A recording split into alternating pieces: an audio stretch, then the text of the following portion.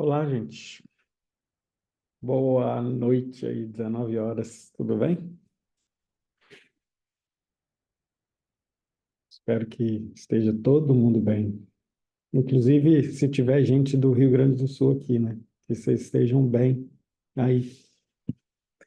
Só confirma para mim se o meu áudio tá ok para vocês. Pode fazer um sinal assim, tá ok? Obrigado. Vai para lá. Bom, boa noite para todo mundo. Eu, aqui tá fazendo bem frio aqui onde eu tô.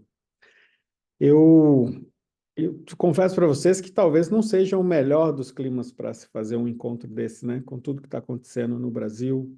Às vezes eu vou olhar para baixo para ver vocês, tá?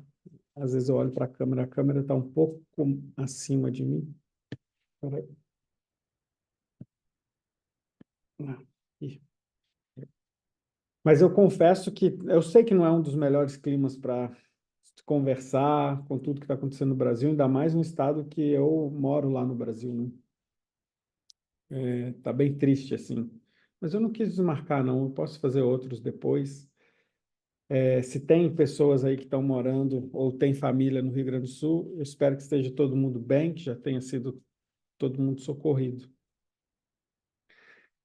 Nesse momento, né, eu falo tanto de vibração, e talvez seja um momento também da gente começar a vibrar para todo mundo lá no Rio Grande do Sul, além de fazer a ajuda que a gente pode. Eu saí do Rio Grande do Sul uma semana antes, né, de acontecer tudo isso. Provavelmente eu estaria preso agora no estado. Que os aeroportos estão fechados, as estradas estão fechadas e tem muita gente precisando de ajuda. Confesso para vocês que a minha vontade hoje era estar no Rio Grande do Sul, no meio da água, com barco, ajudando as pessoas.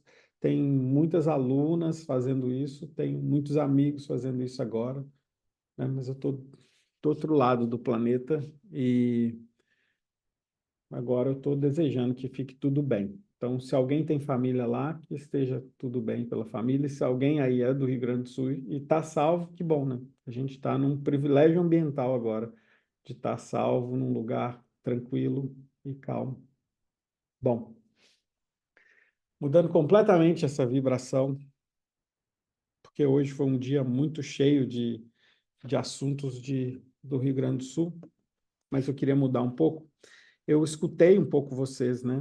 Eu escutei vocês falando sobre ciclo de escassez e de autossabotagem e decidi a gente conversar um pouco sobre isso. Eu acredito que, talvez, trazendo um pouco da minha experiência, não só da minha vivência, mas da minha experiência como terapeuta, atendendo as pessoas, eu acredito que isso possa ajudar vocês nesses pontos específicos que foram os mais votados ali. Queria falar de todos, eu adoro falar, né? Mas vou respeitar esses dois primeiros. Quem sabe a gente volta aqui e conversa mais sobre outros planejamentos. É, e eu também tomei uma decisão, que eu vou contar para vocês hoje ainda, sobre o evento presencial. Eu estava pensando nessas tragédias todas aí, comecei a pensar o quantas pessoas elas precisam de se despertar, né? E aí eu tomei algumas decisõezinhas que eu queria depois conversar com vocês. Mas depois eu falo, isso fica para depois. Então, para quem não me conhece, eu quero dizer, todo mundo aqui minimamente sabe quem eu sou, mas para quem não me conhece pessoalmente, eu acho que talvez vocês não saibam que eu sou uma pessoa de TDAH nível muito alto, diagnosticada. Quando eu tinha 18 para 19 anos, eu fui consultar com uma psiquiatra em Belo Horizonte. Eu te confesso que eu não sei quem era mais doido, eu ou ela, porque ela tinha um óculos bem grosso assim, e além do óculos, ela tinha uma lupa para ela poder olhar as folhas que ela lia. Eu acho que ela devia ter algum problema de visão muito sério. E aí ela pegava o relatório dela, vou pegar um caderninho aqui. Ela pegava os relatórios das coisas que ela avaliava sobre mim, assim, e ela fazia assim, ó. E ficava me olhando por cima do caderno. E eu falei, meu Deus do céu, o que que eu tenho que essa mulher está olhando para esse relatório e me olhando assim, me olhando. E ela tinha uma lista de coisas que ela suspeitava, né? Dentro dessa lista, ela suspeitava que eu era do transtorno do espectro autista e que eu tinha TDAH. Para o TDAH, ela já tinha muita certeza e ela me recomendou alguns medicamentos. E, inclusive, ela me recomendou medicamentos para acalmar também, porque eu tinha a mente muito agitada e eu vivia em ciclo de pânico e ansiedade. E foi quando ela me deu um remédio que, quando eu fui conversar com a minha orientadora na faculdade, ela dizia que eu falava assim, tudo embolado e não saía nada direito, porque eu estava drogado, né, de remédio. Eu não sou de tomar muito remédio, nunca fui. E aí eu não aguentei 2 semanas com remédio, não. E por que que eu estou contando essa história para vocês? Vocês vão entender. É, Então eu não consegui nem tomar, na época, Ritalina, que me fez muito mal. E não estou falando que não é para tomar, viu, gente? Não estou sobrepondo o diagnóstico médico de ninguém. Se tiver médico aqui também, não estou falando para vocês não tomarem os remédios que os médicos falam, não. Eu estou falando da minha história, é isso. Mas quando eu decidi não tomar Ritalina, é porque ela estava me fazendo muito mal, e ao mesmo tempo, o remédio que eu tomava, que era Rivotril, para ficar calmo, também me fazia muito mal. E aí eu decidi parar. Foi quando eu fui acolhido por um monge indiano, que morava na época em Belo Horizonte, e ele começou a me ensinar a meditar. E isso salvou a minha vida. Eu já falei disso algumas vezes, mas isso salvou a minha vida mesmo. E foi uma prática de sustentação interior muito forte para mim, que mudou não só a minha vida, mas mudou minha perspectiva de como eu enxergava o mundo. Ali foi a primeira vez que eu tive a bênção de poder enxergar o mundo sob uma nova ótica, porque eu levei muito a sério. Uma das coisas de quem tem TDAH, uma das coisas incríveis que eu acho que vira um superpoder, é a gente ter hiperfoco. E aí eu tive hiperfoco na minha prática meditativa. E rapidinho eu estava meditando muito, com muita profusão e com muita atenção, com muita consciência. E isso fez com que eu evoluísse bastante o meu estado, inclusive meu estado psicopatológico, né? Meu estado de saúde. Eu comecei a deixar de ser uma pessoa que tinha esses surtos de pânico e ansiedade para ser uma pessoa um pouco mais tranquila. Lá na frente, depois, eu tive outras crises e até o dia que eu consegui entender uma forma de lidar com isso e evitar que isso estragasse o meu processo de vida.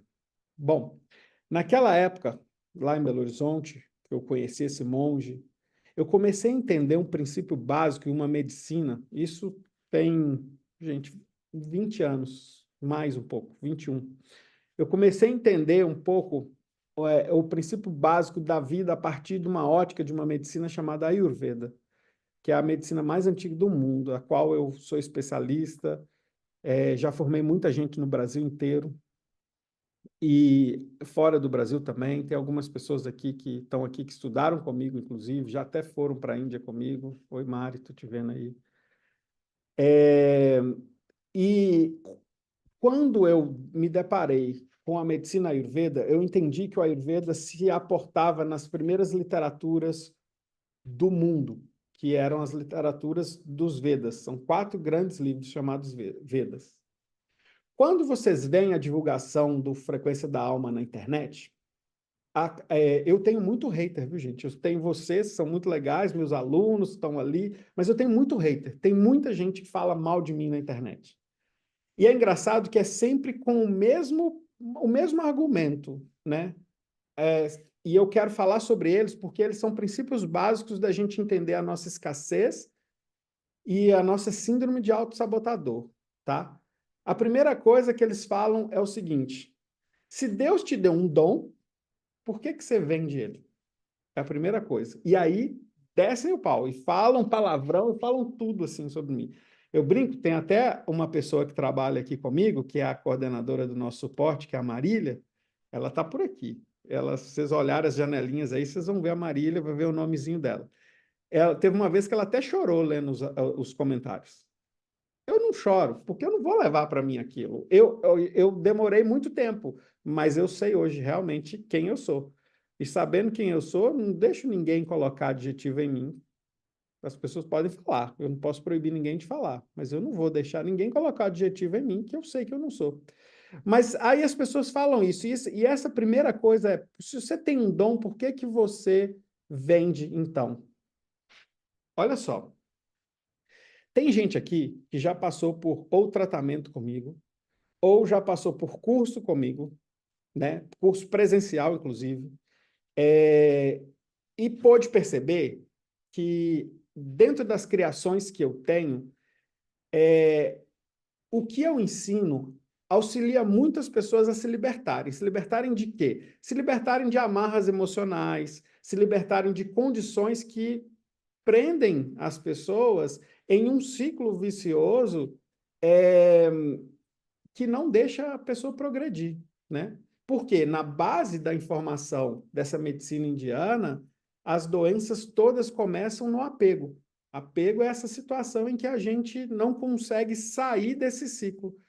E essas situações, essas emoções, às vezes elas podem estar no subconsciente, às vezes a gente nem consegue acessar ela está escondidinha lá, só que ela machuca a gente.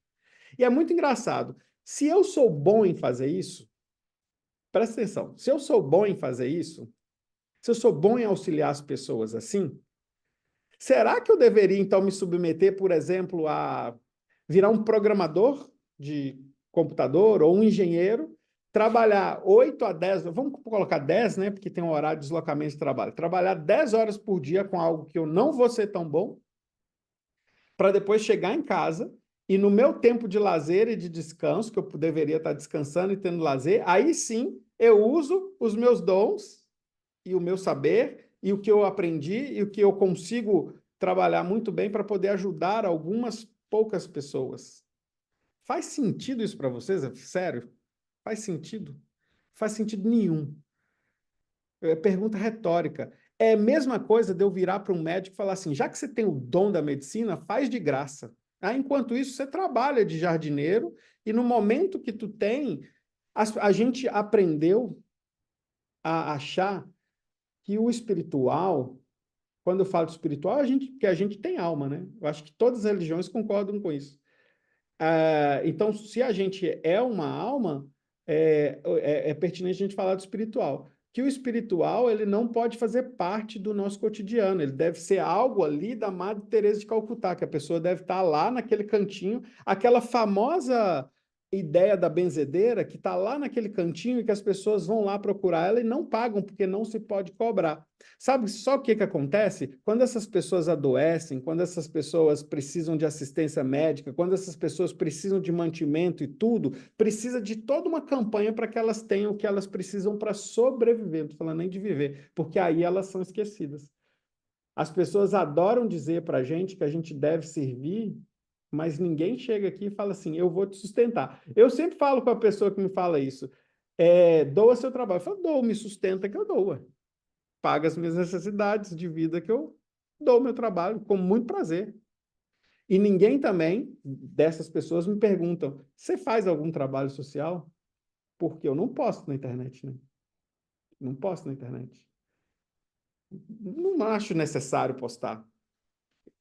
Eu já tive projeto educacional em que eu doei meu tempo durante muito tempo e eu já ganhei um prêmio de melhor iniciativa educacional do país. Ao mesmo tempo, eu já atuei em presídio, ao mesmo tempo, eu já atuei em comunidades extremamente economicamente desfavorecidas e com alto grau de periculosidade e violência, né? Mas eu não preciso ficar falando disso.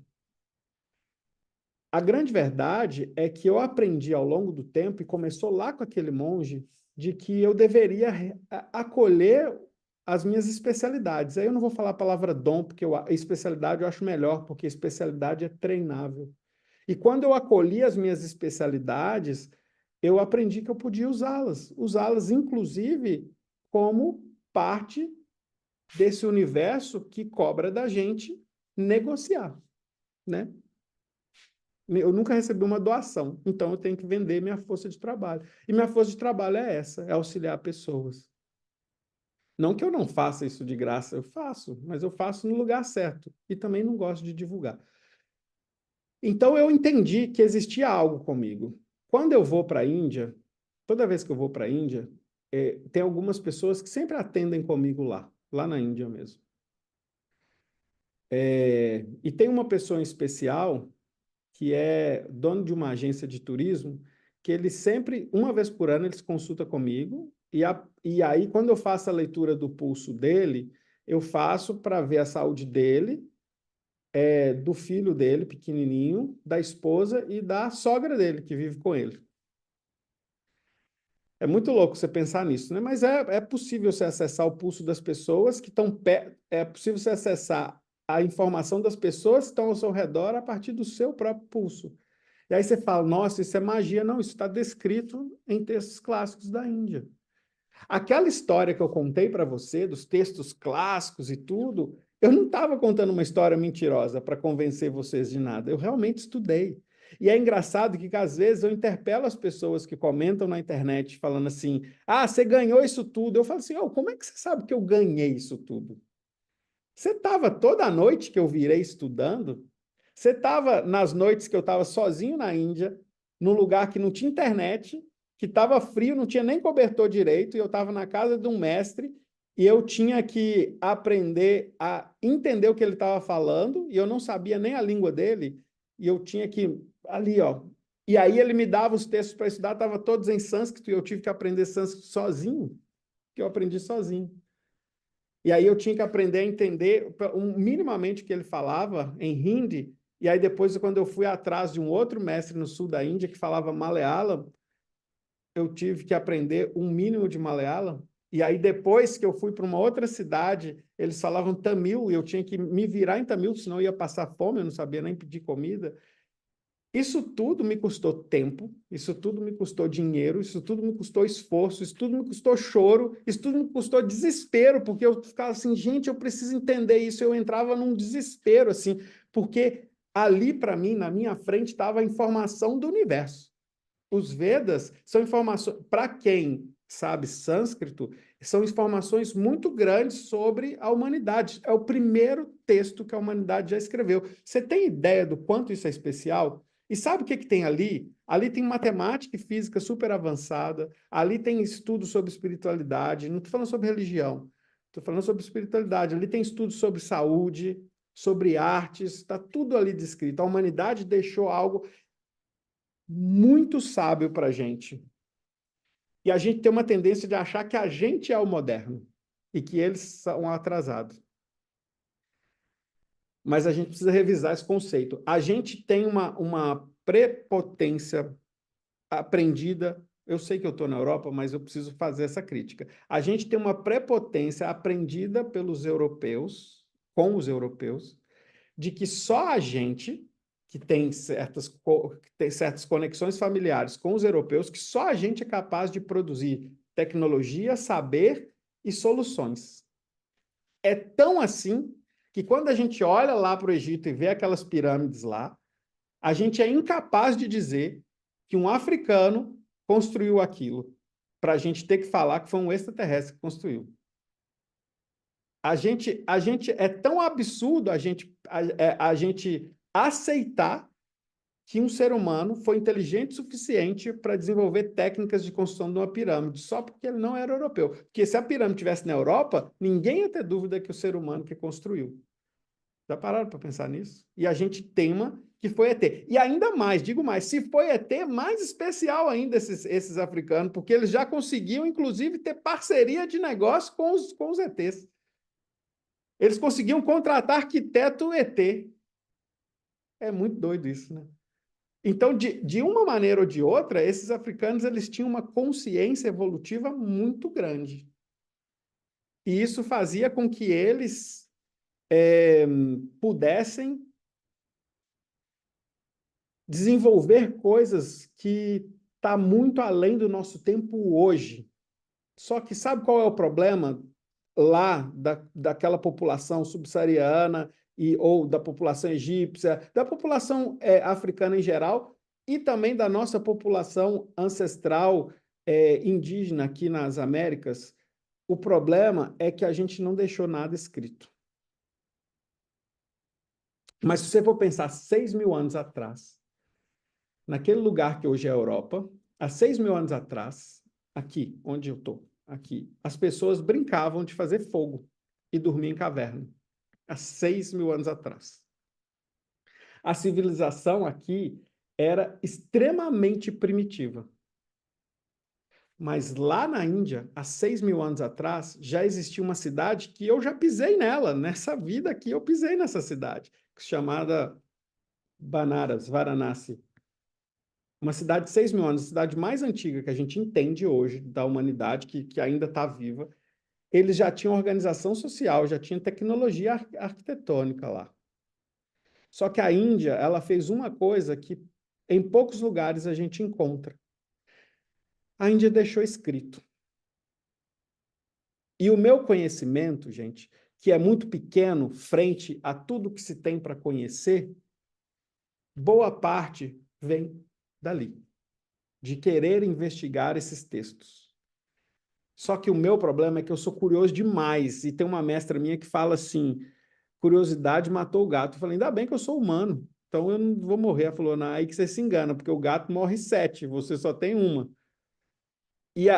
Que na Índia, eu botei a mão em textos de 5, 6.000 anos, estava em em casca de palmeira, eu peguei na minha mão, com luvinha assim, ó, tremendo de medo de deixar aquilo cair, textos que nunca foram traduzidos até hoje. Se você vai no estado de Tamil Nadu, no sul da Índia, o Tamil é uma das línguas mais antigas que a gente tem hoje, e não se sabe se ela é mais antiga do que o sânscrito ou não. O sul da Índia ele teve uma referência textual completamente diferente do norte da Índia, e mais de 90% dos textos do sul da Índia ainda não foram traduzidos, porque está em Tamil clássico, que é uma língua extremamente difícil. E aí vai Eric, que já estuda aramaico, hebraico, sânscrito, querer estudar Tamil clássico.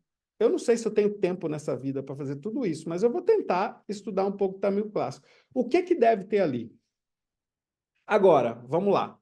O que já existe ali, que eu conto para vocês e que vocês não sabiam? Olha só, de onde a gente extrai ouro? É uma pergunta, vocês podem me mandar no chat aqui para mim. Vocês conseguem mandar para mim aqui. De onde a gente extrai ouro? Essa é a minha pergunta. Escreve no chat para mim. Qualquer pessoa. A gente extrai ouro das minas, né? Da pedra, usa água para peneirar e tudo. Você sabe que existe uma técnica alquímica na Índia de se extrair ouro e outros metais preciosos das plantas. Eles conseguem tirar os metais das plantas. Deixa eu te contar uma coisa. Eu vi até aqui que o Antônio fez assim, opa, que estranho isso. Antônio, pois é, eu me surpreendi tanto, Antônio. Antônio, não sei se você conhece, se você é químico ou engenheiro, alguma coisa, mas o mercúrio, ele se solidifica a menos 47 graus, eu acho, 57. Alguém pode dar um Google e achar, mas é muito gelado para ele solidificar. Se você tiver a 0 graus, o mercúrio já não está sólido mais, ele está líquido, tá? E na Índia, eu aprendi com um mestre a solidificar o mercúrio. E no dia que a gente fez isso, estava 35 graus Celsius na cidade. E a gente fez isso a partir de um composto salino, só o mercúrio lá dentro, e mantra. E o pior é que a gente testou fazer sem mantra e deu errado. E eu não estou aqui porque ela está na minha casa lá no Brasil. Agora eu estou em Portugal. Mas eu tenho a bolinha de mercúrio sólido na minha casa. Isso, Alessandra. A frequência é tudo. A Alessandra me mandou mensagem. A frequência é tudo. E eu vou te contar uma coisa. Essa bolinha, ela foi energizada por alguns mestres com uma capacidade de... O objetivo, o intuito dela era limpeza. Limpeza energética. Então, eu aprendi alguns mantras que, com essa bolinha, na hora que eu entrego para a pessoa, e a gente faz esses mantras. A ideia é purificar o corpo dessa pessoa a partir da energia. E quando eu voltei para o Brasil, eu tinha uma turma na cidade de Pelotas, de Ayurveda. Eu tinha turma de Ayurveda. Porque hoje está online, mas eu tinha turma presencial antes da pandemia de Ayurveda no Brasil inteiro, em quase todos os estados. E um dia eu voltei para Pelotas, voltei para casa e tinha uma turma de Pelotas que eu tinha que dar aula. Oi, Patrícia, te vi aí agora. E tinha que dar aula, e aí eu levei essa bolinha comigo sem querer, não estava na minha programação. E na hora que eu fui mexendo nas minhas coisas, eu achei a bolinha lá e contei essa história que eu contei para vocês. E meus alunos e alunas, maioria aluna, fala: ah, mentira, esse negócio não é assim também, não funciona assim. Eu falei: tá bom, vocês querem fazer uma limpeza? Queremos. Isso era aula sábado e domingo, isso era sábado. Então, sábado, na hora do almoço, eu parei o curso, dei a bolinha para cada uma e a gente foi fazendo mantra e elas foram passando a bolinha. No sábado, 3 horas da tarde, eu tive que parar a aula, porque estava, eu vou falar literalmente, porque todo mundo querendo cagar e tinha um banheiro só. Tava todo mundo desesperado para se limpar. Eu falei, eu disse, eu avisei, era limpeza. Eu não sei de que tipo que ia vir. Veio a limpeza para vocês. Só que assim, vocês entendem que é muito. Desculpa eu falar cagar, mas é porque assim, ó, quem trabalha com a Ayurveda está acostumado a lidar com bosta, porque a partir do cocô a gente faz diagnóstico. Então, não tem nenhum problema com isso, tá? Mas a coisa mais interessante era entender que aquilo ali não era só a bolinha, porque se você for na minha casa pegar nessa bolinha, tem gente que foi lá e viu a bolinha, né, de mercúrio ali e tal, mas é com os mantras certos. E com aqueles mantras ali, alguma vibração mudou dentro da pessoa, reverberou dentro da pessoa, que fez ela ter um processo de diarreia e de limpeza mesmo para quem estava precisando. Gente, quando eu comecei a entender isso, eu vou contar.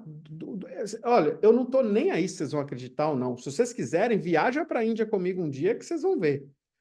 Mas assim, ó, para fazer esse tipo de turismo que eu já fiz, que não era turismo, né? Eu ia para estudar. Assim, Silvano, qual é o mantra? São vários mantras, né? E é em sânscrito, Silvano. E aí, eu estava nessa coisa assim, gente, o mundo é muito maior do que eu sei. Por que eu estava bitolado em achar que não existe resposta para o mundo, para os problemas, sendo que eu não conheço nada no mundo? E aí eu comecei a viajar na Índia, e aí um dia eu fui num lugar que tinha um mestre, e eu estava procurando ele, e eles moravam perto de um rio. E aí eu não achava ninguém, mas a dona da casa abriu para mim e falou: ah, meu filho e meu marido estão por aí. Quando eu cheguei, assim, vi o filho dele, eu entrei e tal. Quando eu me dou conta, eu estou no meio de um viveiro de najas. E eu morro de medo de naja. Eu estava assim, ó, morro de medo de cobra. E era só naja. E eu me congelei. E aquelas najas em pezinho assim, ó. E ele lá, como se estivesse dando ração para galinha. Aí eu falei, não te preocupa não, elas são minhas amigas. Eu falei, amiga sua, eu nem conheço, primeira vez que cheguei aqui. Como é que elas são minhas amigas? Não, não te preocupa que elas vão te fazer nada. Eu falei, cara, eu só quero sair daqui, pelo amor de Deus, eu quero sair daqui. Ele falou assim, então vira e sai. Eu falei, não, não vou virar e sair. Essas cobras estão tudo de pé aqui para mim, como é que eu vou sair? Elas estavam assim, ó, aquela cabeçona assim, sabe? Cobra naja, aquela da cabeçona. Eu fui andando devagarinho assim, ó. Como dizia, como dizia um grande amigo meu, se tivesse cocô pronto, tinha ido na calça, porque eu estava desesperado de medo. E eu saí devagarzinho assim. E aí, beleza. E aí ele saiu e foi me encontrar, me cumprimentou, tudo, falou: vamos lá chamar meu pai. E aí ele começou a chamar o pai dele de repente. E assim, ó, eu juro, eu acho que eu fiquei uns 5 minutos chamando o pai dele com ele. Pai, pai, pai, pai, chamando o pai dele, nada. De repente, me levanta um cara de dentro do rio. Limpa a água, ele estava nu, bota a toalhinha e me cumprimenta. Ô, Eric, tudo bom? Tava te esperando. Vocês entenderam o que eu falei? Que o cara levantou de dentro do rio? É assim, eu não estou falando que ele estava com a cabeça para fora. Eu estava vendo só o rio, e de repente ele me levanta assim, ó. Aí eu perguntei para ele, o que você estava fazendo ali? Meditando. Eu não perguntei mais nada, só fui lá, fui conversar com ele, queria perguntar umas coisas para ele. Esses caras conversam igual o senhor Miyagi, não sei se você sabe, o senhor Miyagi do Karate Kid, é tudo em código, e aí você tem que se dobrar para entender depois, e até hoje aquela conversa dele tem hora que me pesca alguma coisa e eu aprendo alguma coisa. E daí eu fui lá para o norte da Índia, no meio dos Himalaias, e estava frio, e eu estava com duas blusas. Essa blusa, inclusive, é da Índia, que comprei agora, mas eu estava com duas blusas tipo essa, de muito frio, mais grossa, e muito, muito frio. E a gente lá no alto dos Himalaias, e um frio da peste, eu não conseguia nem me mexer direito, e de repente a gente vê um senhor vindo pelado para dar uma comida para um macaco. E eu comecei a pensar, meu Deus do céu, eu não entendo nada desse universo. E foi por causa disso tudo que eu comecei a entender que existia algo maior do que está posto aí. E o que era esse algo maior? E aí eu comecei a entender, estudando os textos clássicos da Índia, que o princípio de todo conhecimento é Atma. Atma, em sânscrito, significa aquilo que não se vê, mas que está em tudo. Esse é o Atma a gente traduz muito como alma, né? Porque é uma boa tradução. Mas a tradução em sânscrito é aquilo que não se vê e que está em tudo. Talvez a gente poderia traduzir como Deus, talvez a gente poderia traduzir como alma.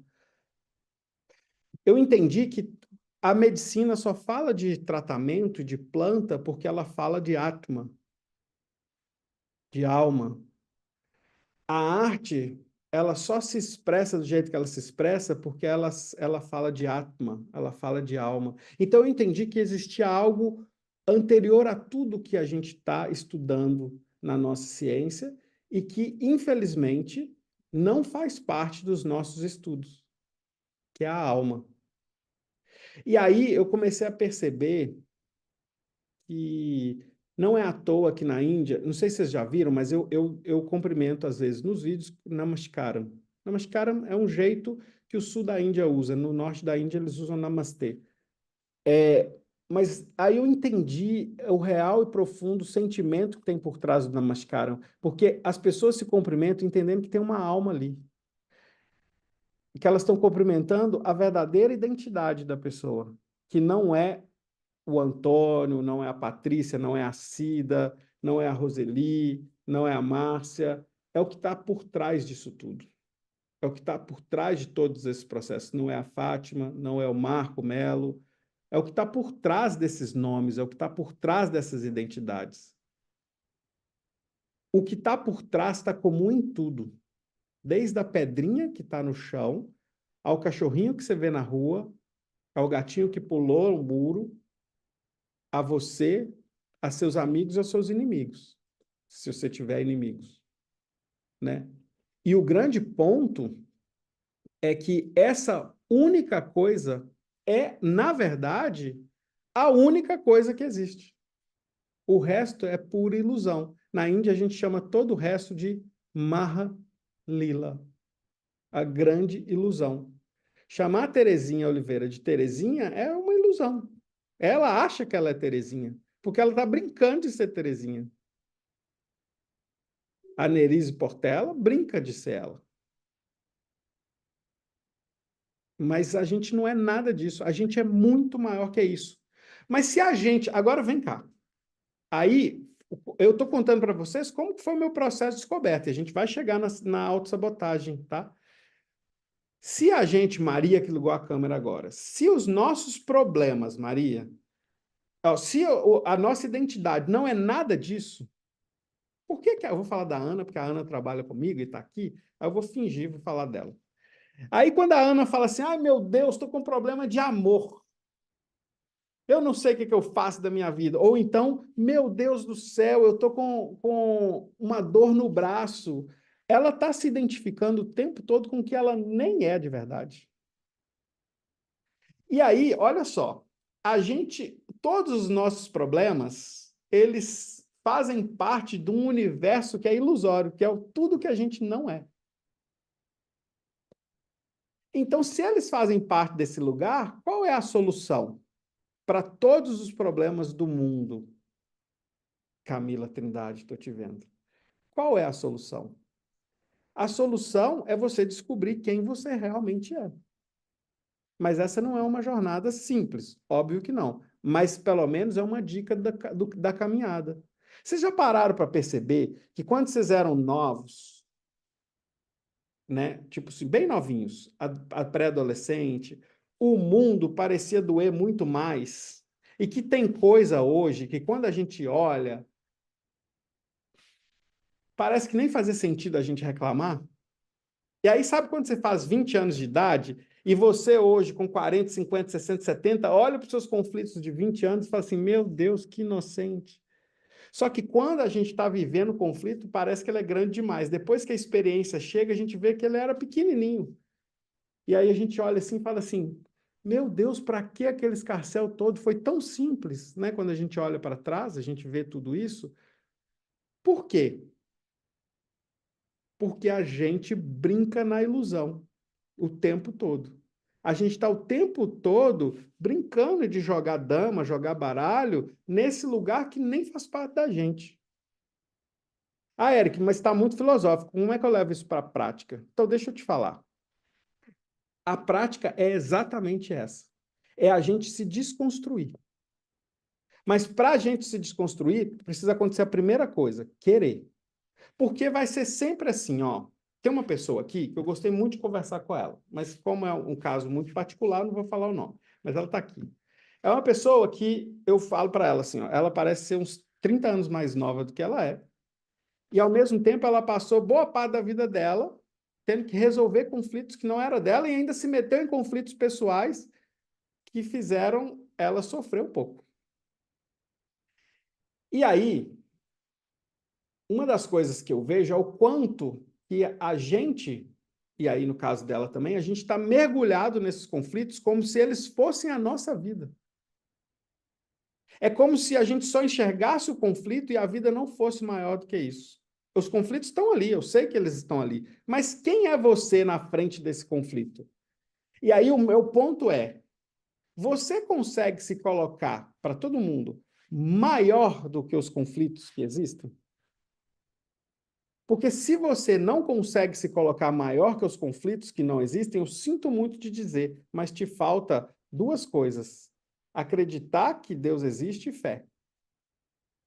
Porque se nós todos temos Atma, desde uma pedra a um animal, a um cachorro, a um gato e eu também, quer dizer que dentro da gente mora algo que é comum a todos. Esse algo que é comum a todos, me parece que todas as religiões trazem um certo lugar comum aí de chamar isso de Deus. Eu sei que às vezes a representação é que ele está lá, né? Está lá. Mas ao mesmo tempo, se a gente tomar a Bíblia mesmo, ele não está lá longe, ele está aqui com a gente. Né? Quando a gente pensa assim, a ser a imagem e semelhança de Deus, né? O que que é isso? É algo que a gente já nasceu com isso. A gente só colocou camadas ali. E a gente olha mais para as coisas, para as intermitências do mundo, do que para a gente mesmo, para entender a nossa grandeza, que é possível. Quando eu tive muitas crises de pânico e de ansiedade, eu achava que não existia solução. Mas, poxa, eu era um mineiro que vivia em Minas Gerais, que mal tinha saído do estado direito. Eu nem sabia como vivia. Vocês sabem que uma vez, eu, com 15 anos, eu falei que ia. Deixa eu ver aqui, porque minha mãe nunca soube disso, e ela hoje está com dengue esses dias aí, está com dengue, eu não quero que ela fique estressada, não. Tá bom. Mas eu tinha 14 anos de idade, ela não está aqui, não, então eu posso falar. Eu acho que não está aqui. Eu tinha 14 anos de idade, eu fugi de casa. Eu falei que ia passar as férias na casa de um amigo e fui para uma etnia indígena. Só que a minha avó viu porque uma reportagem da Globo foi lá filmar e eu passei lá no fundo e minha avó viu que eu tinha que eu estava lá. Mas ela me xingou demais depois. Mas você sabe que quando eu cheguei lá, eu comecei a ver, eu lembro, gente, isso aqui, ó, tá gravado na minha cabeça, que passou um cara lá, um andarilho pela aldeia, e ele estava com um radinho de pilha. E tinha um indígena que viu aquele radinho e nunca tinha brincado com o radinho, e os filhos dele pediram um radinho, só que ele só tinha uma porca que estava grávida, e essa porca, depois que amamentasse, ia virar comida deles, e os filhotes ele ia pôr para crescer. E aquela comida ele ia poder armazenar por um tempo. Era o bem que ele tinha. Ele trocou a porca pelo radinho. E eu comecei a me perguntar assim, por que que ele fez isso? Aí eu cheguei para ele e falei assim, por que que você fez isso? Ah, eu falo a língua deles, tá? Tem 3 línguas indígenas que eu aprendi a falar, convivendo lá. E aí ele virou para mim e falou assim, que eu queria, a porca eu só vou poder usar mais para frente. O radinho eu posso usar hoje. E aquilo não fazia sentido para mim. E ele ficou usando o radinho até a pilha acabar. Quando a pilha acabou, sabe o que ele fez? Ele desmontou o rádio e deu os pedaços para os filhos. Ele não tinha mais a porca e não tinha mais o rádio. E eu não entendi aquilo. Até que um dia eu acordei e falei assim: a solução para o meu problema de ansiedade, eu ainda estava buscando, é o presente. É o que eu aprendi com esse cara. É o presente. Eu sei, eu não estou dizendo que a gente não tem que organizar para entender o futuro. A gente está no sistema capitalista, ele obriga a gente a fazer isso. Mas eu entendi o quanto que aquilo era uma novidade para ele, a oportunidade que ele tinha de viver aquilo era aquele momento. E ele decidiu trocar tudo que ele tinha. Ele, os filhos, todo mundo queria brincar com o radinho. E aí eu falei, é o presente, sabe? Tem alguma coisa aí. E essas experiências eu ia guardando. Quando eu conheci o monge, ele veio me falar de novo sobre isso. O estado do presente, estar no presente, viver as coisas no presente, né? A gente vive muito conflito lá da frente e a lamentação lá de trás. A gente nunca está nesse estado de presente. E eu sei que parece piegas falar isso, mas a gente tem que falar toda vez. Porque o único lugar onde a mágica acontece é no presente. É no encontro do presente. É o único lugar onde a mágica acontece, é o único lugar onde você consegue mudar a sua vida. É no presente. E o que que você precisa fazer no presente? Então, você sabe que aí, essa medicina que eu falei que eu aprendi, essa medicina, hoje, ela é passada por vários testes científicos. A comunidade científica decidiu escrutinar o Ayurveda. O primeiro objetivo delas era invalidar o Ayurveda, há uns 30 anos atrás. Porque a Índia, não sei se vocês sabem, ela ficou independente da exploração inglesa em 1947, tem pouco tempo, foi ontem. E aí eles começaram a voltar com as práticas deles, e a medicina Ayurveda era uma delas. Então a ciência começou a falar assim: não, esse trem não funciona, vamos invalidar isso em pesquisa. Só que as pesquisas reafirmavam a funcionalidade do Ayurveda. Só que existe um tipo de pesquisa que eu só vi acontecer quando eu estava no meio da mata, junto com os Xauandawas e com os Runicuins, no meio da Amazônia. Foi a única vez que eu vi isso, igual eu vejo na Índia. É um tipo de pesquisa que a gente, infelizmente, ainda não entendeu como se faz aqui no Ocidente. É a chamada pesquisa meditativa. A pesquisa meditativa não é olhar para a planta e pegar um microscópio e investigar a planta. É você olhar para a planta e olhar e perceber onde essa planta está dentro de ti e aprender com ela. Como assim? A gente não veio do mesmo lugar? Esquece a ideia de Deus agora. Vamos pensar lá no Big Bang. Eles não falaram que tinha uma explosão? Deixa eu responder essa Cristina aqui. Liga seu microfone. Aperta no botão. Ela está me falando. Eu não consigo ouvir, é porque o som está desligado. Então, o Big Bang, bluf, na hora que ele explodiu, o que que tinha antes do Big Bang? Ninguém sabe, mas sabe que tinha uma massa ali concentrada que era nada, e o nada era tudo, e na hora que aquilo tudo explodiu, virou poeira, virou planetas e estrelas, buracos negros, tudo saiu daquele princípio ali. Eu não sei se vocês sabem, mas o que a gente tem hoje de físico no universo, que são os planetas, as estrelas e as poeiras, que a maior parte de quantidade é poeira estelar, isso compreende a 6% só do universo. O resto, a gente desconhece o que é. A gente não sabe falar sobre ele direito. Ou seja, 94% do universo a gente não tem nem noção do que seja. Os 6% que a gente sabe o que é, a gente nem consegue dizer o que tem lá. O que, que tem na outra galáxia? A gente não sabe. Tem vida em algum lugar? Então a gente sabe muito pouco. A gente não sabe nada. Então, no dia que você aprender e se achar o sabão, que você sabe demais, lembra disso, porque você não sabe nada. Ninguém sabe nada. Então a gente troca informações para tentar aprender um tiquinho assim. Mas se tudo explodiu dali, quer dizer que tudo veio do mesmo princípio. Lá na filosofia indiana, eles dizem que esse princípio era uma frequência universal, que estava toda unificada. E no dia que ela decidiu se espalhar, ela falou assim: Oba, vamos jogar um jogo chamado Mahalila? Eu vou me explodir, brum! E agora eu quero me redescobrir na diferença. Ou seja, tem eu, a Cida, a Mariana, o Antônio, a Patrícia Guiar, a Fátima, a Márcia, a Andréia, a Roseli, o Marco, todo mundo aqui.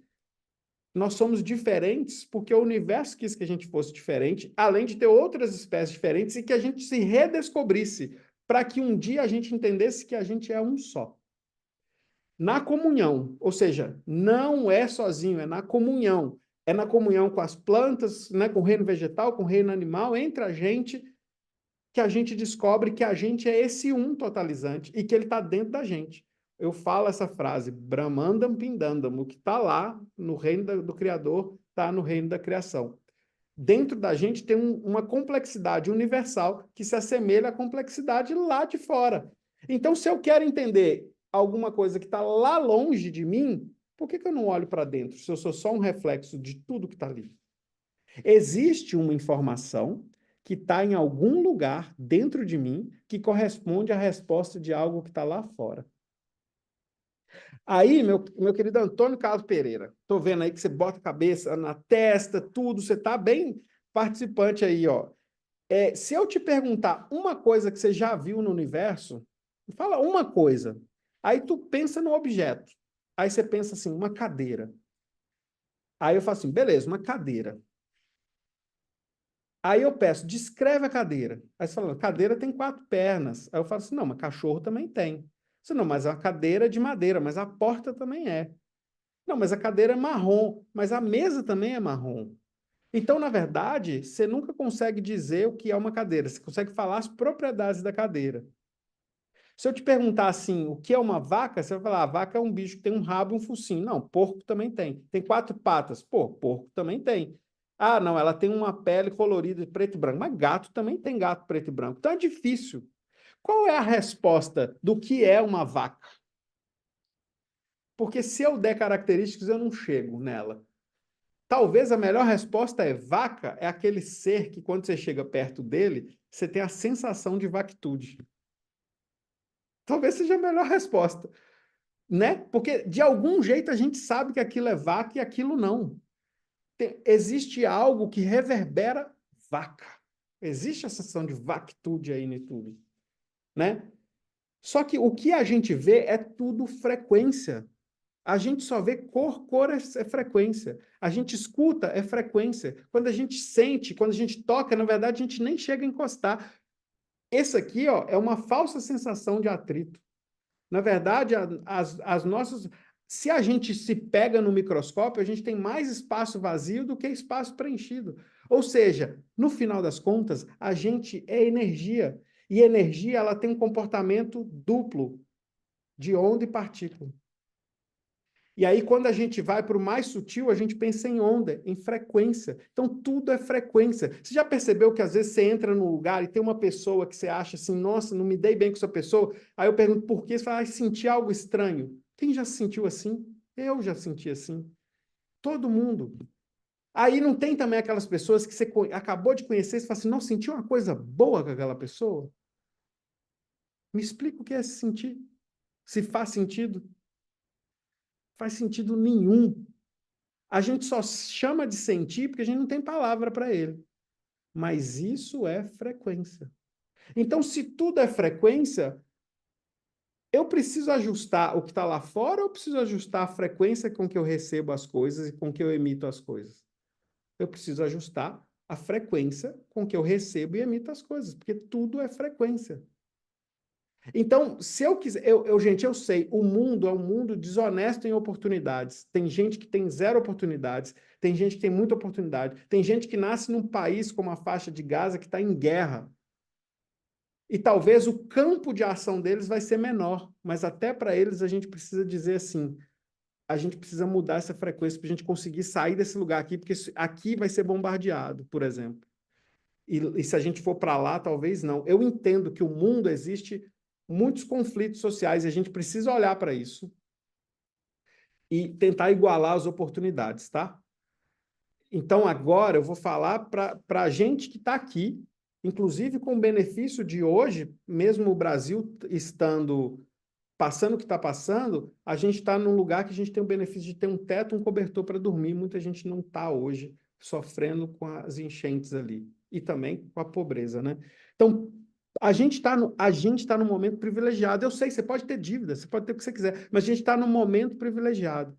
A gente pode pensar que a gente pode fazer diferente. E fazer diferente, talvez, não é a mudança que você espera lá fora, não. É o que eu consigo mudar aqui dentro. E aí é essa tal dessa pesquisa meditativa que a Índia faz e que os indígenas na Amazônia fazem. Lá na Amazônia eu queria tanto entender uma planta, um indígena falou assim, vem cá. E me deu a ayahuasca e falou assim, vai lá conversar com ela. Eu falei, mas onde ela está? Ele, não interessa, ela está dentro de você. E, gente, eu escutei a planta. E você sabe que depois voltei para casa e produzi 8 variedades de medicamento com essa mesma planta e testei e funcionou. Eu nunca tinha lidado com ela. E aí, a gente simplesmente ignora isso e finge que não existe ou a gente começa a abraçar a oportunidade de entender que a gente pode mudar a partir de dentro? Vocês acham que a astrologia ela foi pensada olhando para o céu? Eles não tinham microscópio. Como é que eles sabiam a posição dos planetas? Eles olhavam para dentro. E olhando para dentro, eles sabiam exatamente onde as estrelas e os planetas estavam. Isso é avanço tecnológico que nenhuma inteligência artificial vai roubar da gente. E no momento de crescimento de inteligência artificial, a gente precisa crescer a nossa inteligência frequencial, que isso ninguém tira da gente. O que a gente chama de amor é essa frequência que está na alma. Daí vem o título Frequência da Alma. Só que o que nos falta para chegar nessa frequência? Retirar camadas. Todas as terapêuticas que eu criei até hoje, elas são terapêuticas que a gente... Vocês lembram? Pensa numa cebola, tá? Ou numa matriosca. Vocês sabem o que é matriosca? Sabe aquelas bonequinhas que você abre e tem outra bonequinha dentro? Aí você abre e tem outra bonequinha dentro? Você abre e tem outra bonequinha dentro? E nunca para até ficar uma bonequinha pequenininha? Pensa nessa matriosca. Então pensa que essa matriosca, essa bonequinha, que você vai tirando, abrindo, e tem outra lá dentro, vai abrindo, tem outra lá dentro. A verdadeira matriosca é aquela pequenininha que está lá dentro. E eu preciso pintar a matriosca. Porque ela está desgastada, está velha. Só que eu nem sei se a pequenininha está velha. Eu só estou vendo a capa dela. Então eu preciso tirar aquela capa, pintar aquela capa também, porque é uma capa, ela é importante, mas eu tiro. Aí tem mais uma capa. Eu pinto essa capa, resolvo e tiro. Aí tem outra capa. Eu pinto, resolvo e tiro. E vou pintando até chegar na última bonequinha. E para minha surpresa, essa matriosca que não foi muito aberta, na hora que eu chego na pequenininha, ela tá pintadinha, nunca precisou de tinta. Sabe por quê? Porque é exatamente isso. As camadas que estão estragadas, a nossa essência está intacta. A alma nunca dói. A gente pode falar, dor de alma, mas a alma nunca dói. É só a mente que está doendo. Então a gente precisa olhar com toda a potência e com toda a força para essas camadas. O que são essas camadas? São aquelas vozes, aquelas crenças, aquilo tudo que nos fizeram acreditar que as coisas só funcionam desse jeito. São aquelas crenças e aquelas realidades que a gente criou que fazem a gente se sentir triste, que fazem a gente se sentir depressivo, que fazem a gente se sentir incapaz, que fazem a gente isso. Essas camadas precisam ser retiradas. E essas camadas a gente retira terapeuticamente. Né? Quando eu criei as terapias do Frequência da Alma, que é diferente do curso de Frequência da Alma que vocês fizeram, as terapias que eu ensino também, tem curso presencial, eu ensino outros terapeutas a chegar na raiz. E chegar na raiz não é sobre o que aconteceu, é sobre aquela emoção que se enraizou lá dentro, quase chegando lá na matriosca. Então a gente tem que ir tirando todas as camadas e eliminar aquilo. E aí eu conto uma coisa para vocês. Quando eu era criança, o meu pai abandonou minha mãe e fez vários filhos, né? Quando eu tinha 28 anos, eu fui atrás do meu pai. Ele era bailarino. E enquanto eu fui na busca dele, eu filmei todo esse processo. Eu fui encontrando os meus irmãos e minhas irmãs. Todas. E hoje todo mundo se conhece por causa desse movimento que eu fiz. Mas eu fui criado pela minha mãe e pelo meu padrasto, que sempre me deu tudo. Mas teve uma fase da vida em que ele era muito agressivo comigo. Não sei por quê, isso se curou, tal, mas eu sofri um pouco com essa agressividade dele. E talvez ele tinha fantasmas para se resolver também, sabe? E aquilo ali, naquele momento, aquilo ali era muito difícil para mim de lidar. Para quem me conhece, talvez já contei essa história. Uma vez, quando eu morava em Curitiba, eu estava passando em frente ao estádio do... Como é que chama o time lá aqui de Curitiba? Atlético Paranaense. Eu estava passando em frente ao estádio, caminhando, e eu comecei a sentir mal de uma crise de enxaqueca que eu sempre tinha, porque eu sempre tive alergia a alho. E no Brasil, tudo tem alho, né? Tudo tem alho. São Paulo, muito mais. São Paulo é alho com comida. No resto do Brasil é comida com alho. Minas também é alho com comida, é muito alho. E eu tinha alergia a alho. Então, toda vez que eu comia fora de casa, eu passava mal.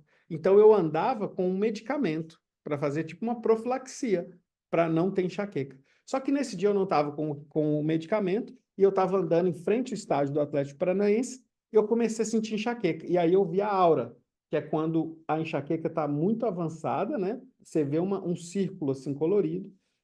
E aí eu começo a passar mal, passar muito mal e comecei a vomitar. Vomitar de muita enxaqueca. Aí eu sentei e abaixei e fiquei lá vomitando. Vomitando. Só que eu estava com tanta enxaqueca, aí meu olho, eu paro de enxergar do olho esquerdo. Olha como é que é complexo. Paro de enxergar do olho esquerdo, fico vomitando e não consigo sair do lugar. E aí eu sentei. Quando eu sento, tal, estava um pouco aliviado, mas com muita enxaqueca, de olhinho fechado, eu escuto uma voz assim. Ah, que vergonha, né, meu filho? Uma vozinha assim. Aí eu abro um olho, porque o outro eu não estava enxergando, aí eu abri só um assim, para evitar de abrir o outro, e tinha uma senhora falando para mim: que vergonha, que pouca vergonha. Olha só que marmanjo. Aposto que sua mãe lá está lá trabalhando para você pegar o dinheiro dela para gastar com essas drogas que você está gastando em plena 2h30 da tarde.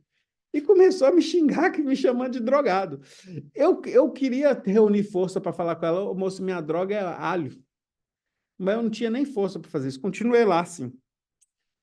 E alguns anos depois, um amigo, que a gente estudou bastante juntos, ele foi fazer uma terapia comigo, que é muito semelhante às terapias que eu ensino hoje, e eu descobri que eu registrei o alho no mesmo lugar de quando eu era criança, das agressões que eu sofri, físicas. Quando eu descobri isso, eu trabalhei isso. Trabalhei isso de várias maneiras. Trabalhei isso no perdão, porque para mim fazia sentido perdoar, mas trabalhei isso deixando isso embora. Quando acabou, eu virei para o meu amigo e disse assim: eu vou testar esse negócio. Fui no restaurante e comi um macarrão a alho e óleo, um pão de alho e um creme de alho. Puro creme de alho. Comi tudo com alho. Eu nunca tive um bafo tão horroroso igual esse dia. De tanto alho que eu comi. Tava quente, meu estômago depois ficou assim, blá, blá, blá, de tão quente que tava. Eu comi muito alho, mas eu queria testar. Passou 1 hora, nada, 2 horas, nada, e aí eu esqueci. No final do dia, meu amigo perguntou, Eric, teve enxaqueca? Eu, não. E no outro dia também não. No outro dia também não. No outro dia também não. E estou esperando até hoje. Nunca mais eu tive. Ou seja, eu conectei, no profundo, meu problema não era alergia de alho. Meu problema era o que emocionalmente eu conectei ao alho por uma estratégia de defesa da minha mente que eu não entendo por que ela fez isso. E aí, quando a gente pensa, quando a gente pensa nos problemas da nossa vida, como sabotagem, autossabotagem e escassez, gente, isso está mergulhado. Olha só, a sensação de escassez, ela vem pela condição da vida. Ficar mergulhado na escassez vem por condições de camadas que você colocou na tua vida ainda. Você, é óbvio, ninguém vai dar. Gente, eu não sei se tem alguém aqui que é filho de herdeiro, eu não sou. Mas, assim, ó, se vocês não são filho de herdeiro, vocês vão ter que criar suas próprias condições. Só que vocês estão vendo uma ótica muito limitada de possibilidade de ação. Porque talvez vocês pensam que com 50 anos vocês não podem dançar e ganhar dinheiro dançando. Ou com 59 anos, 60, 70 anos, você não pode se reinventar. Eu lembro de ter dado aula para uma mulher de 85 anos que estava se formando na faculdade de letras, e com 86 ela começou a dar aula de línguas, porque ela se formou em letras. Marlene era o nome dela. Tem muito tempo que eu não a vejo. A gente cria certas estruturas enrijecidas que a gente não consegue acessar. E a gente precisa quebrar essas camadas para a gente poder entender a dimensão dessa nossa alma, que é ilimitada. Porra, eu tenho 40 anos, vou fazer 40.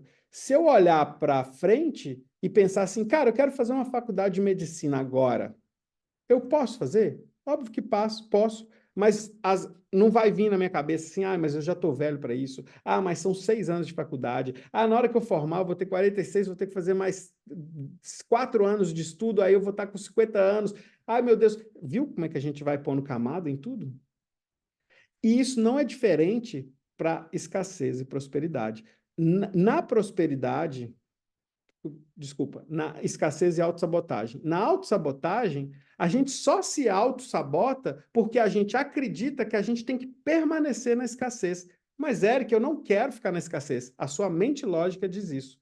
Mas a sua mente, lá no seu subconsciente, tem vozes que te dizem assim: dinheiro é sujo, dinheiro eu não consigo, minha família não tinha dinheiro, eu não posso ter. Ah, minha mãe sofreu, tem que sofrer, meu pai sofreu, tem que sofrer. A gente cria essas rigidezes ao nosso redor, e isso vira, gente, um escudo, só que não é um escudo bom, porque esse escudo deixa entrar tudo de ruim para a gente e impede toda a solução de entrar. E aí, lá na frente, vocês vão encontrar o Eric ou algum aluno do Eric que estudou as terapias, e eles vão falar assim: vamos olhar para isso? E de repente você quebra essa casca. E aí você vê assim, meu Deus do céu, como o alho, né? Fiquei anos ali tendo alergia, falando que eu tinha alergia de alho. Eu ia para festa e tinha que levar minha marmita, tudo tinha alho. Aí de repente você chega num resultado em que você fala assim, por que que eu não fiz isso antes? Essas coisas a gente precisa quebrar, se a gente quiser avançar e parar de se auto-sabotar. E parar de olhar para o mundo com escassez. Parar de chegar no fim do mês e não ter dinheiro mais. Na metade do mês já não tem, né? Porque vocês acham que vocês não podem um monte de coisa que na verdade vocês podem, mas estão te dizendo que você não pode. E se você for preto periférico, mulher ou LGBT, mais ainda vão te dizer que você não pode. Porque é isso que, infelizmente, a crueldade humana faz. Ela quer escolher quem merece e quem não merece. Aí quem não merece fica aqui e quem merece fica aqui. Não é à toa que eu peguei preto e branco, não, tá? E aí a gente seleciona. E aí você acredita que você está aqui, que você não merece. Você acredita muito. E aí você idolatra todo mundo que tem. E aí todo mundo que tem pode ter nascido herdeiro, ou então virou um milionário, multimilionário, fala assim: acorda 5 da manhã, que aí você vai ter dinheiro. Acorda 5 da manhã, que pariu. Você tem que dar de mamar para o seu filho, tu tem que arrumar sua casa, porque você não tem ninguém para limpar a tua casa, e você ainda está escutando guru que te fala que você tem que acordar às 5 da manhã sem saber a sua história de vida?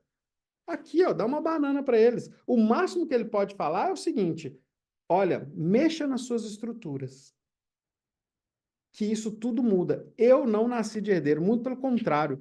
Eu vim de uma família que tinha uma dívida multimilionária por causa de um. A minha família, já, depois que meu avô nasceu muito pobre. Quando meu avô foi trabalhando, ele foi juntando mais da metade do salário dele, porque quando ele aposentasse, ele abriu uma empresa para que os filhos dele nunca passassem o que ele passou. E assim ele fez. Depois de anos, a maior empresa que prestava serviço para ele, que ele prestava serviço para ela, que era a Belgo Mineiro, hoje ArcelorMittal, decidiu cancelar o contrato com todos os prestadores para ficar com uma empresa só, que chamava Manserve. E aí mandou todas as outras empresas para a rua. E ali meu avô tinha que pagar para todos os funcionários e criou uma dívida milionária. Ele, felizmente, todos aqueles que trabalhavam na empresa dele conseguiram emprego e ele foi tentando resolver tudo, mas a dívida ficou. Eu venho de uma mãe que não tem conta bancária, porque ela não pode ter, porque ela tinha 1% da empresa do meu avô, e aí ela... Só que eu entendi que eu não precisava ter a mesma situação, eu precisava quebrar isso tudo. O que que acontecia que isso se repetia? O que que eu precisava quebrar? O que que eu precisava olhar profunda em mim mesmo para conseguir quebrar isso tudo? E foi aí que eu fui quebrando. E foi aí que eu fui entendendo que era possível mudar. De alguém que um dia teve que escutar na fila da cesta básica, não tem mais cesta básica, e ver o sobrinho falando assim: ô tio, a gente come miojo, para ver lá no dia que a minha empresa fez 1 milhão num lançamento, eu falo assim, alguma coisa eu quebrei. E aí, olhando para trás, eu vi que não foi alguma coisa, foram muitas coisas que eu quebrei. E para quebrar isso tudo, eu tive que ir contra um monte de coisa, inclusive com um sistema que queria me manter ali o tempo todo. E eu quebrei. E para quebrar isso, eu tive que olhar para dentro de mim, para os problemas, para as minhas raízes. Eu tinha que olhar sem preconceito para as coisas que eu enrijecia, que eu acreditava que eram verdades absolutas. E descobrir, e aceitar ajuda. E aceitar ajuda de vários lugares, e parar com a frescura espiritual da gente achar que só existe uma saída. Você pode ter a crença que você quiser, mas todo mundo que vibrar nessa frequência da alma, nessa frequência do amor, está ali para te ajudar. E eu fui aceitar ajuda. E eu comecei a aceitar ajuda e comecei a quebrar esses lugares e descobrir esse caminho das pedras sozinho. Quer dizer, com muita ajuda, mas eu digo sozinho porque ninguém me ensinou. E foi depois que eu descobri tudo isso que eu comecei a ensinar o que eu fazia, porque eu apliquei em mim mesmo.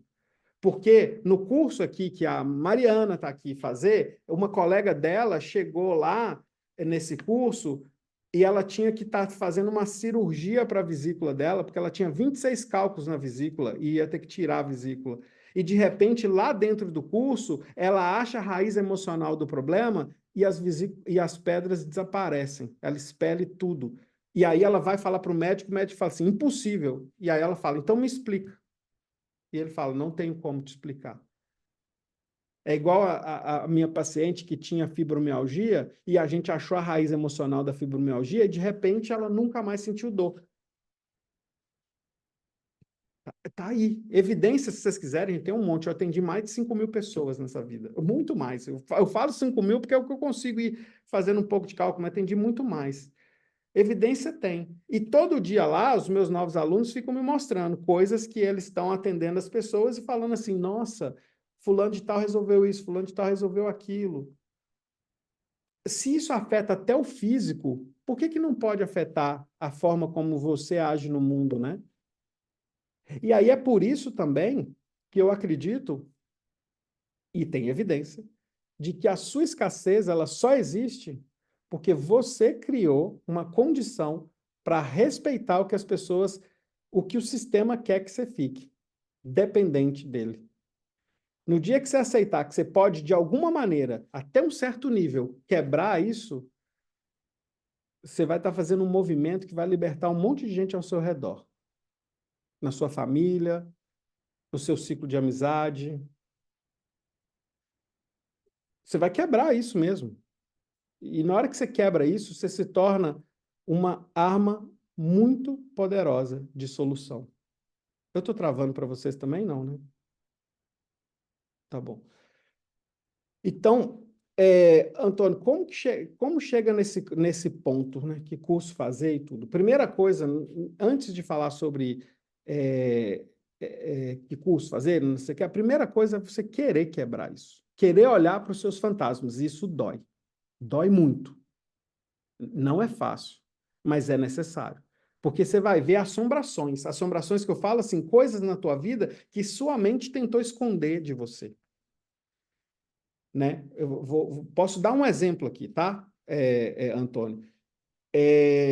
Por exemplo, assim, ó, é, tem uma aluna, vou usar assim, tem uma aluna que ela tinha uma dor muito grande.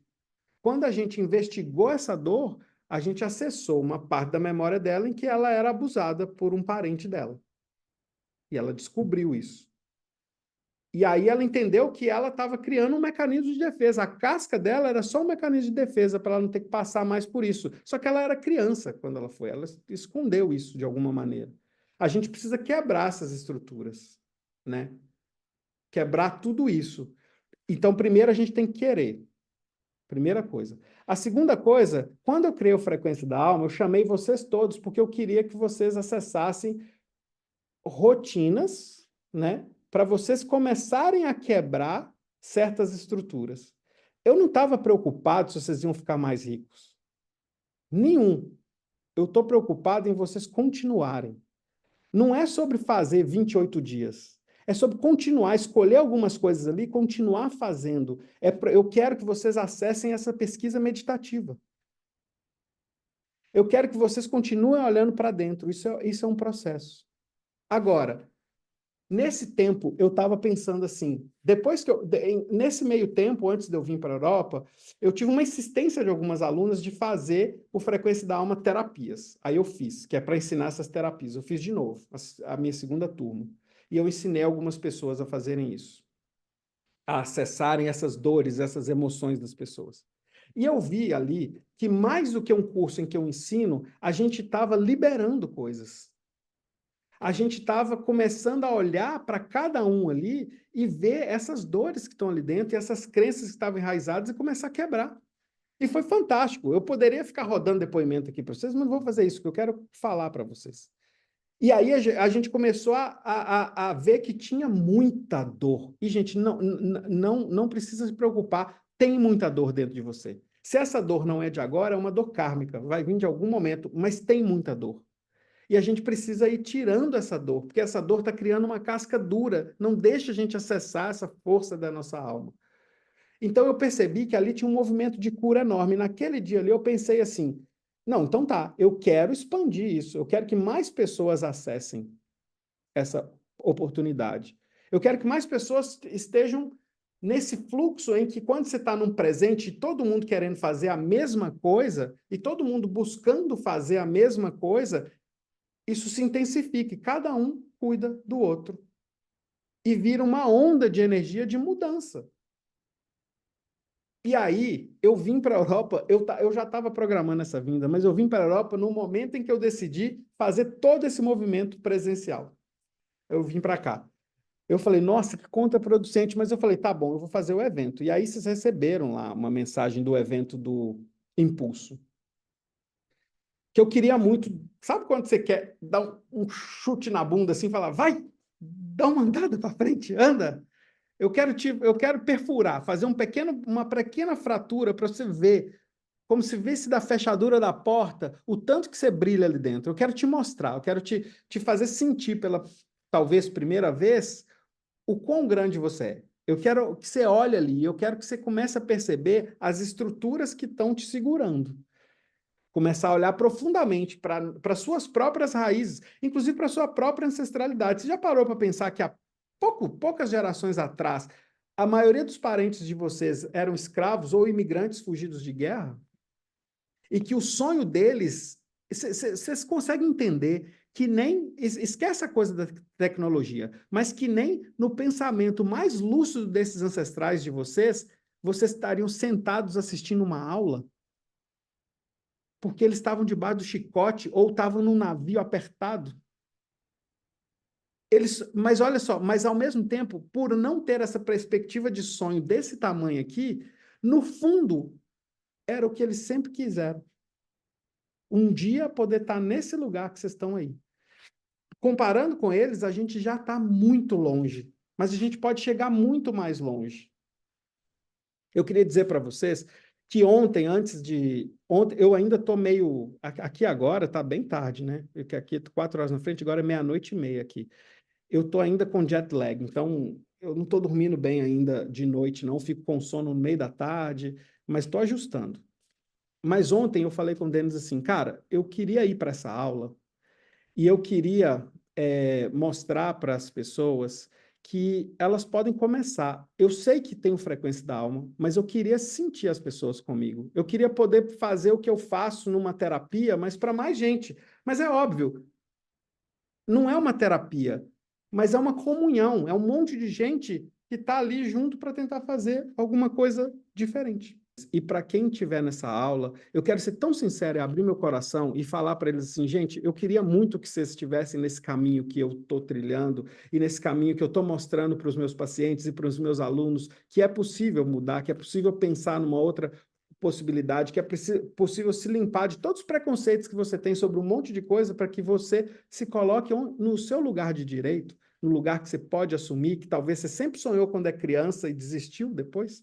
Eu prometo para vocês que essa não vai ser a única aula ao vivo que eu vou dar para vocês e que eu quero mostrar algumas outras coisas para vocês.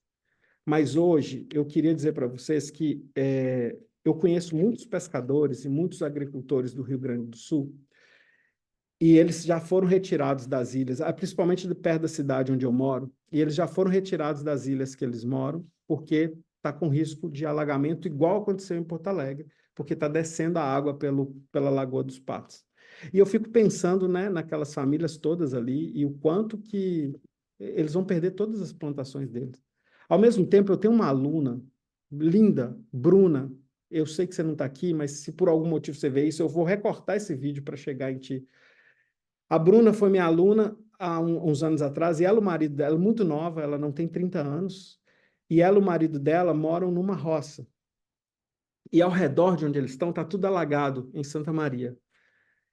E eles decidiram colher antecipadamente todas as mandiocas que eles plantaram, e já descascaram, já partiram, e já deram para as pessoas que estão ficando sem alimento lá. Eles têm água potável que chega na casa deles, eles saíram pegando galão de garrafa de plástico, assim, ó, um monte, encheram para distribuir para as pessoas. Gente, e eles, assim, não são ricos de dinheiro, eles são ricos da visão que eles têm de mundo, daquela terra. Ela produz, ela trabalha com artesanato, ela vende sabão, ela vende cheirinho, ela produziu 50 tablets de sabão, assim que você parte e vira um monte de sabonete para uso humano, ela fez isso para doar para as pessoas, porque existem gente sem coração que foi para o supermercado e esvaziou o supermercado. E aí eu fiquei pensando assim, o quanto que o trabalho que eu faço é muito importante, porque é um trabalho também de conscientização de que a gente é capaz. E de acessar esse lugar da alma é acessar esse lugar do amor também, essa frequência do amor, sabe? E para mim, eu chamei o evento de impulso, porque para mim é essa pulsação que está lá dentro, que a gente responde talvez com o nome de amor, que para mim é a frequência mais divina que a gente tem, que é a frequência da alma. Então hoje bom, para o Sul, eu já fiz minha doação, estou fazendo até mais do que isso um pouco, queria estar lá. Ainda estou dividida em voltar para o Brasil e estar lá na frente, no meio daquela água toda, coisa que eu já fiz em várias tragédias, inclusive fora do Brasil. Mas hoje eu pensei, eu tenho um compromisso com algumas pessoas que já estão no Frequência da Alma, que eu queria muito que elas continuassem estudando Frequência da Alma. Eu queria que vocês pegassem aquela meditação dos chakras, gente, aquilo ali é tão ancestral, aquilo ali não veio de mim. Aquilo ali veio de um mestre que ele é da 12ª geração, é claro que eu modifiquei, mas ele é da 12ª geração de mestres que ensinam as pessoas a mudar a vida completamente a partir dessa pesquisa meditativa interior. Aquilo ali é para alinhar fisiologicamente vocês também. Vocês não estariam aqui se vocês não quisessem mudar. Quem não quer mudar, eu sei que não vai vir aqui. Vocês só estão aqui porque tem uma inconformidade com alguma coisa.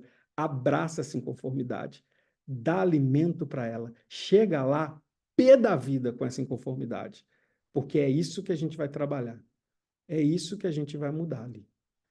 E eu espero ver vocês em várias outras coisas. Eu espero ver vocês nas terapêuticas, eu espero ver vocês nas imersões de trabalhos de cura que a gente faz, eu espero ver vocês ajudando outras pessoas a se curarem, porque eu entendi que eu podia viver do meu sonho. Uma vez, um grande mestre na Índia falou para mim assim: o que você sonha é multiplicar para as pessoas, porque você não esconde uma informação. E essas pessoas multiplicarem para mais 1.000 pessoas, e para mais 1.000, e para mais 1.000. Isso não é meu. Eu não tenho ego de falar assim, fui eu que fiz isso. Eu só quero multiplicar. Eu só quero poder mostrar para vocês que é possível. Eu só quero que vocês também multipliquem. Eu não estaria fazendo isso se fosse só para a Fátima falar assim, agora eu estou de bem com a vida e que se lasque o resto. Não. Eu quero fazer isso porque eu sei que a Fátima pode ser outro ponto de luz e que outras pessoas podem enxergar ela como referência ali e ela pode conversar para as pessoas e falar assim, oi, sabe que a sua alma está gritando para você sair desse lugar? Eu juro para vocês que a minha felicidade é poder encontrar. Eu adoro o online porque ele chega longe, mas a minha felicidade é encontrar as pessoas, poder dar um abraço nas pessoas e poder dizer assim: eu estou ali e eu estou te vendo. Aqui, ó, enquanto eu falava, eu ficava rodando aqui e vendo cada um. Mara, Vivi, que está aqui de novo, Darla, Maitê, todo mundo aqui, ó. Eu ficava vendo Vivian, Silvana, eu ficava vendo todo mundo. Eu falava assim, ai meu Deus, que vontade de decorar o nome de todo mundo. Mas, na verdade, dá vontade de dar um abraço no vocês tudo. Maurício, Zeca, Márcio, Sayuri, falei certo? Sayuri. Eu fico vendo todo mundo aqui, ó. Andréia, Roseli, Marco, Fátima. Dá vontade de abraçar um por um. E eu continuo nessa busca interna também, viu, gente? Eu não estou num lugar em que eu estou lá, já consegui o que eu quero. Tem vários problemas que eu paro e tenho que olhar. E às vezes, sabe o que é interessante? Eu ligo para alguma aluna minha e falo assim, ei, estou precisando aqui de uma terapia aqui. E trabalho também. Todo mundo tem que trabalhar. E uma das formas de eu também trabalhar a mim mesmo são nesses encontros, porque eles são muito fortes para mim também. De vez em quando vocês vão me ver chorando em encontros assim. Quer dizer, com certeza vocês vão me ver chorando, porque vocês vão descobrir que eu sou chorão. E é tão gostoso estar numa energia em que todo mundo está junto e que todo mundo está com o mesmo propósito e não importa mais em quem que você votou, qual time de futebol que você torce, nada. Está todo mundo ali ultrapassando essas intermitências e sendo alma. Eu vou continuar dialogando com vocês, porque eu quero falar mais sobre ciclos de escassez, mas a próxima vez eu quero fazer um diálogo, eu e algumas pessoas que já passaram por esses encontros presenciais e que elas podem dizer um pouco mais sobre como que foi esse encontro e como que mudou a perspectiva de vida delas e como elas estão multiplicando isso para outras pessoas. Se vocês toparem, eu faço outro encontro desse e trago essas pessoas para falar aqui junto comigo, para mostrar para vocês o quanto essa mudança é significativa na vida de cada um, quando a gente realmente decide nos abraçar e romper essas camadas que nos impedem de acessar quem a gente realmente é. Então, galera, eu queria dar um beijo, um abraço em cada um de vocês, dizer que eu vejo vocês, eu sei dos desafios, eu recebo todas as mensagens que chegam para a Marília, eu queria poder ajudar um por um, eu não tenho tempo viável para isso. E é exatamente por isso que eu estou formando outras pessoas com as técnicas que eu utilizo, com as habilidades que eu utilizo, para que tenha mais gente para disseminar essas sementinhas e para que mais pessoas possam ser atendidas por outras pessoas também. E eu sei que eu vou ver muitos de vocês em muitas jornadas aqui. Tem algumas pessoas que eu olho e falei, essa aqui, ó, eu vou ver muito. Eu sei disso. Então, eu espero ver vocês aí nesses caminhos. Um abraço gigante e a gente se vê, tá bom? Meu vizinho já bateu aqui, que eu tô falando alto demais e já são 1 da manhã. Até mais, gente. Namaskaram. Obrigado por ver vocês estarem aqui.